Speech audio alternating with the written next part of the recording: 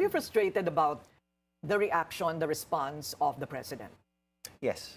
Dahil, This president had every chance to be decisive the very first day he stepped into office.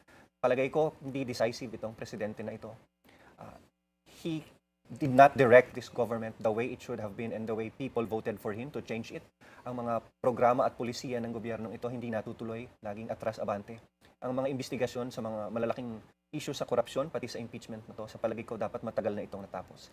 And for this, I should have heard and seen the president say, mananagot ang gumawa nito at ipapakulong ko kung sino ang nagsimula at ng kaguluhang ito sa Senado.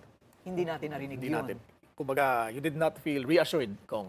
Yan after ang what you gusto said. ng mga Pilipino kay President Duterte noon. Pag sinabi niyang ipapatay ko ang mga korap, ipapatay ko ang mga drug lord, gusto marinig ng Pilipino yun eh. At gusto nating marinig yun sa presidente na to na napakaraming nangyayari and dapat sabihin niya yun na hahanapin ko kayo at ipapakulong ko kayo.